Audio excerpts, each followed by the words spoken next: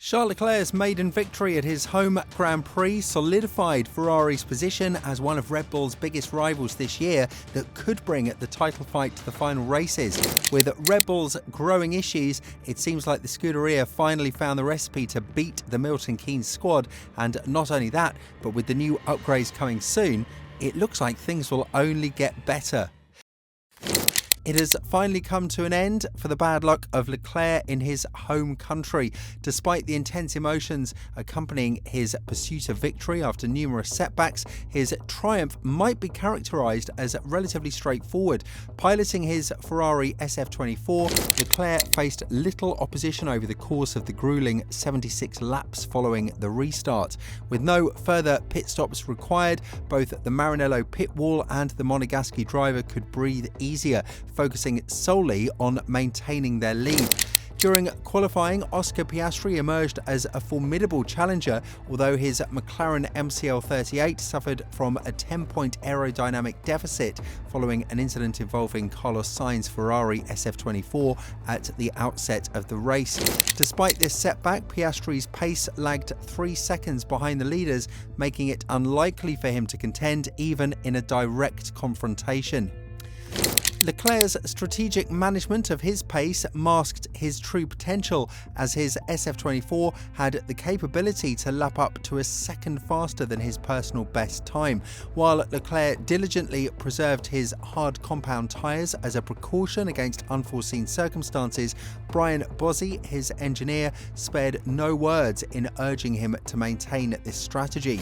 Reliability concerns regarding Leclerc's Ferrari were minimal, with the decision to swap to a fresher power unit before qualifying driven by prudence rather than necessity. Moreover, the race's pace negated any significant risk of technical issues, as the current power units had already surpassed a life cycle of 8,000 kilometers. "I think there's a lot of things adding to this weekend," he said. "First of all, it's my home Grand Prix. Second, I've had 2 opportunities in the past that I've lost with things that weren't really in my control, and that was extremely difficult to manage those very difficult moments. Also, you don't really know whether you are going to get another opportunity to win this race. It's such a difficult race that you don't know, but I knew there was an opportunity this weekend. Then last, it's the race that made me dream of becoming an F1 driver one day. It's the race that I used to watch with my dad, who's done absolutely everything for me to get to where I am today. Our dream was to race here in Monaco in F1. The restart effectively removed the only strategic uncertainty stemming from potential undercuts. In the battle with McLaren, the primary concern revolved around preventing a significant gap from forming against George Russell, Max Verstappen and Lewis Hamilton, to prevent Lando Norris from having the opportunity to pit for a fresh set of tyres. Charles Leclerc maintained his composure under pressure, while Carlos Sainz dutifully fulfilled his role as a team player. The 2 drivers from Maranello flawlessly executed the predetermined plan, rendering Oscar Piastri's race outcome almost inevitable. The pursuing group included Max Verstappen and the 2 Mercedes drivers. However, the tyre selection during the initial start had a detrimental effect compared to the first start, compelling George Russell to adopt a Formula 2 race pace to preserve the softer compound and stave off Max Verstappen's advances. For Red Bull Racing and Max Verstappen, the weekend posed considerable challenges. Nevertheless, Verstappen can find solace in Sergio Perez's dismissal qualifying performance and the subsequent collision with Kevin Magnussen, which resulted in significant damage to the RB20 car. The estimated cost of this damage is around 2 or 3 million, as confirmed by Red Bull consultant Helmut Marko. This substantial financial setback comes at a challenging time for the Austrian team, particularly under the current budget cap regulations. This means great news for both Ferrari and McLaren, who look to take the fight to Red Bull and possibly beat them in at least one of the 2 championships this year. Ferrari has ambitions beyond the 2026 Formula 1 season, when new regulations are set to be introduced. In Maranello, there's a proactive stance aimed at staying ahead of the curve. Charles Leclerc's triumph on the streets of Monte Carlo serves as a rallying point for the team, fostering a collective vision under the leadership of team principal Frédéric Vasseur. The Frenchman has fostered a highly united team where every member December is aligned towards a common goal, unveiling a potential that has long lain dormant with Ferrari's racing division. This shared sense of purpose was seen during the Imola weekend. Ferrari will improve this year, there's no doubt about that, as new upgrades are coming to the SF-24. Vasseur elaborated on the Scuderia's multifaceted approach, revealing that their programs are advancing along 3 parallel tracks, albeit with distinct timelines.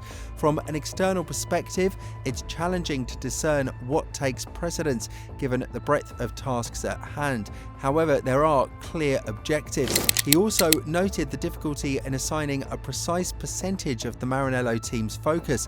One faction is dedicated to imminent updates for the SF-24 single-seater during the ongoing Formula 1 season, while another segment has already shifted attention to next year's car, with Ferrari technicians already immersed in the development of the 2025 vehicle. Furthermore, groundwork has commenced on the 2026 power unit. Nevertheless, regarding chassis and aerodynamics, they can only speculate on potential concepts as the regulatory framework remains fluid. The upcoming SF-24 aerodynamic package is slated for introduction during the Silverstone weekend. We can anticipate the debut of 2 additional rear wings following the high-low version unveiled in Monaco. A lower downforce variant is scheduled for the Canadian Grand Prix, while an intermediate version will be showcased at the Spanish Grand Prix at Circuit de Catalunya in Barcelona. These immediate plans are spearheaded by Enrico Cardil, Ferrari's technical director of chassis and aerodynamics, who has assembled a team of engineers to steer the development trajectory for the SF-25. Initially, it was projected that the 2025 car would merely be an evolution of the SF-24, allowing the bulk of resources to be allocated towards the 2026 Formula 1 car, set to be studied from January 1st onwards, with the input of Loic Serra, the former Mercedes engineer, joining the Maranello team in October.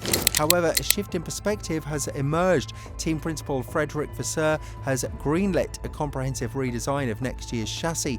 Maranello's technicians are confident in their grasp of ground effect principles and are convinced that a project revision is imperative to unlock the full potential of these regulations. Despite the looming introduction of the new Formula 1 rules, there's a firm belief in Ferrari's camp that optimizing the SF-24 is crucial for maximizing performance in the remaining year under the current regulations. As 1/3 of the F1 2024 season is completed, Charles Leclerc finds himself trailing Max Verstappen by a mere 31 points, setting the stage for a closely contested championship battle. In the Constructors' Championship, Ferrari is even closer to Red Bull, with just a 24-point gap separating them. While Red Bull has encountered developmental hurdles this season, Ferrari has surged ahead with notable upgrades, hinting at a potential challenge for both Verstappen and Red Bull in the championship race. The trajectory of the season hinges on whether Christian Horner and his Red Bull team can overcome their struggles, while Ferrari maintains its upward momentum. If this dynamic persists, the battle for the championship promises to be intense until the season's conclusion.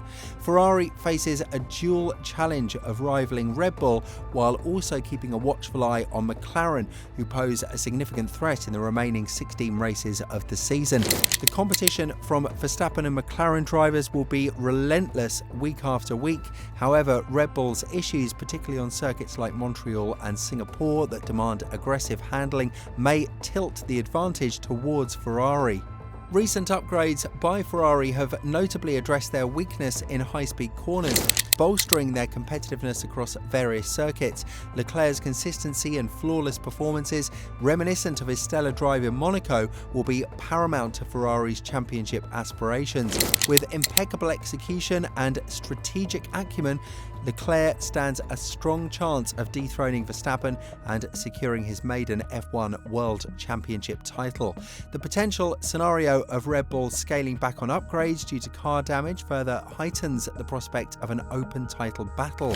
Leclerc appears primed for success, backed by a formidable Ferrari car. Despite McLaren's presence in the mix, Leclerc emerges as a compelling favourite for the championship crown, offering a tantalising prospect in a season season filled with uncertainty and intrigue in the world of Formula One.